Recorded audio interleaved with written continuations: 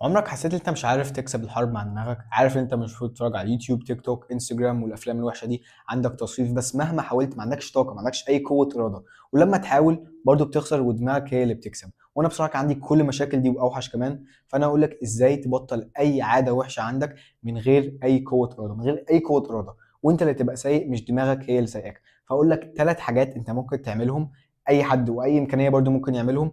وبصراحه لو هو ما عملش الكلام ده المشكله فيه هو ومفيش امل فيه. وليه تسمع كلامي؟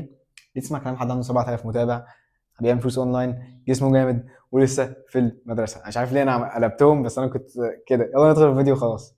ازاي تكسب حرب؟ واحد مثلا زي اسكندر الاكبر. ما تسالنيش ليه، انا عندي التمثال بتاعه، انا بحبه وانا عارف لو غلط، مش موضوعنا دلوقتي.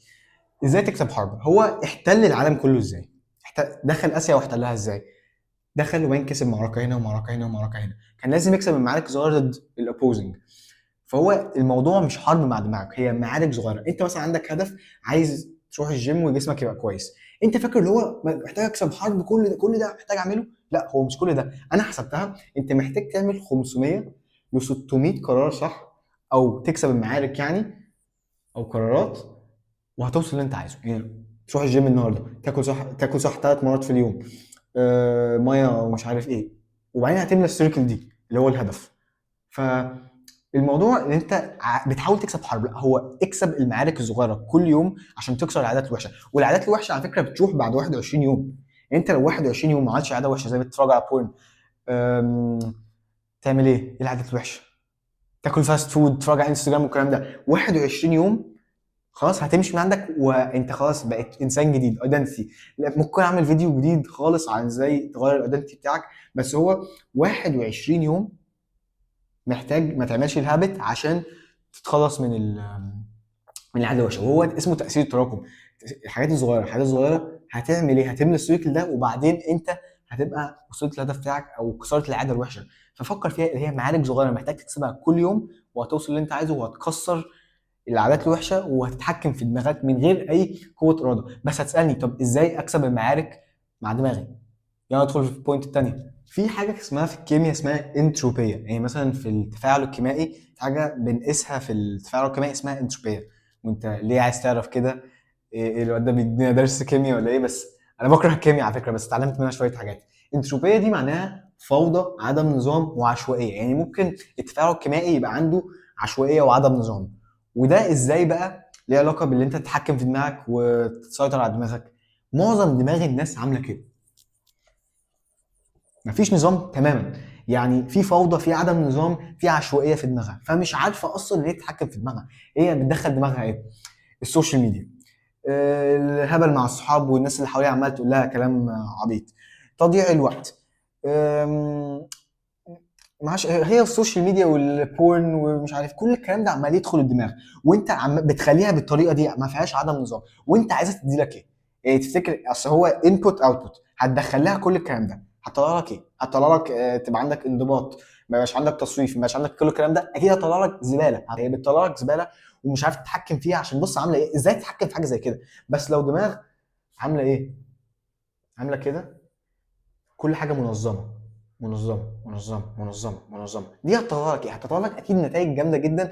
ويعني اصلا الانضباط الناس فاكراه صعب، مش عارف، الناس بتدوس على نفسك، لا انت سوبر هيرو لو عندك انضباط. لا، الانضباط بالنسبه لي سهل جدا، عشان انا بص دماغي عامله ازاي، دماغك عامله كده ودماغي عامله كده. وده مش انا كنت دماغي عامله كده،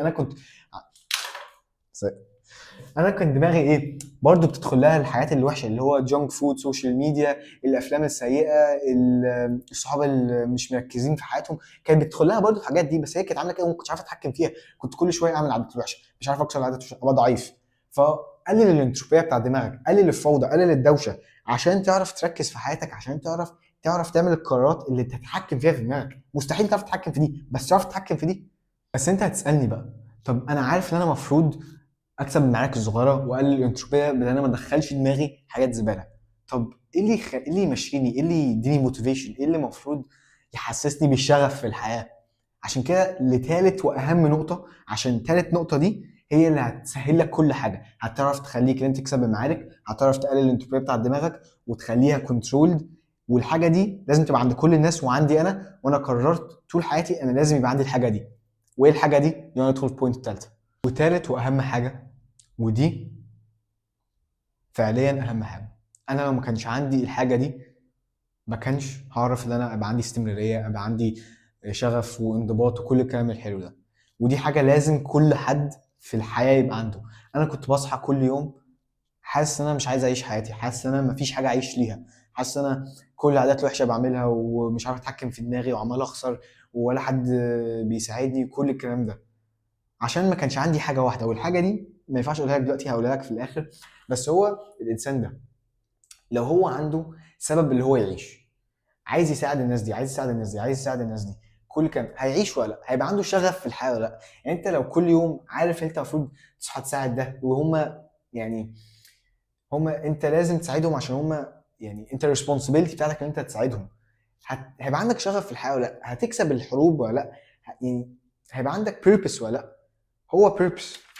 انا كل يوم بصحى ابص على دي، وانا مش خايف ان انا اقول لكم انا عايز اعمل ايه في حياتي. انا عايز save millions of young Arab men from weakness and mediocrity. انا عايز، عشان كنت ضعيف معظم حياتي، ما عنديش شخصيه قويه. اي حد كان بيعرف هو مش فيزيكلي منتلي، دماغي كانت مش قويه خالص وكانت دايما هي اللي بتكسب. فانا بكره اللي ده يحصل لناس انا اقدر اساعدها زيك زيك. عايز اساعدكم ان انتوا تبقوا اقوى وان انتوا تبقوا احسن، وده الهدف بتاعي، ده بيربس.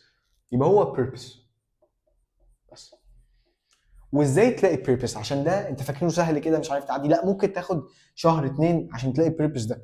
اسال نفسك انا عايز الناس تفتكرني بايه لما اموت؟ انا عايز اعيش لايه؟ انا عايز التاثير بتاعي على الناس يبقى ازاي؟ ده ملوش علاقه. لاقي البيربس بتاعك، قول لنفسك ليه انا عايش، ليه انا الاسكندر الاكبر ليه فاكرينه لغايه دلوقتي؟ عشان احتل العالم كله. هو ما كانش هيحتل العالم كله ما كانش نفتكره. هو كان اهم حاجه بالنسبه له بيربس، يحتل العالم كله ويوري ازاي هو قوي. ده البيربس بتاعه. انا اكيد مش بيربس بتاعي ان انا اعمل كده عشان ما اقدرش اعمل كده، بس ده البيربس بتاعك. لاقي البيربس بتاعك وهيبقى عندك الشغف وهتتحكم في دماغك ودماغك مش هتتحكم فيك. انا كل يوم لما اصحى ببص على الورقه دي، عشان كده عندي شغف، عشان كده بكلم الكاميرا دي. لو انا ما كانش عندي دي ما كنتش واقف قدامك، هبقى واقف قدامك دلوقتي. وبصراحه كل الكلام ده ملوش برضو لازمه لو انت مش عارف ازاي تبتدي ازاي وتبتدي تتحكم في حياتك ازاي. عشان كده انا عملت فيديو كامل وروح اتفرج عليه دلوقتي.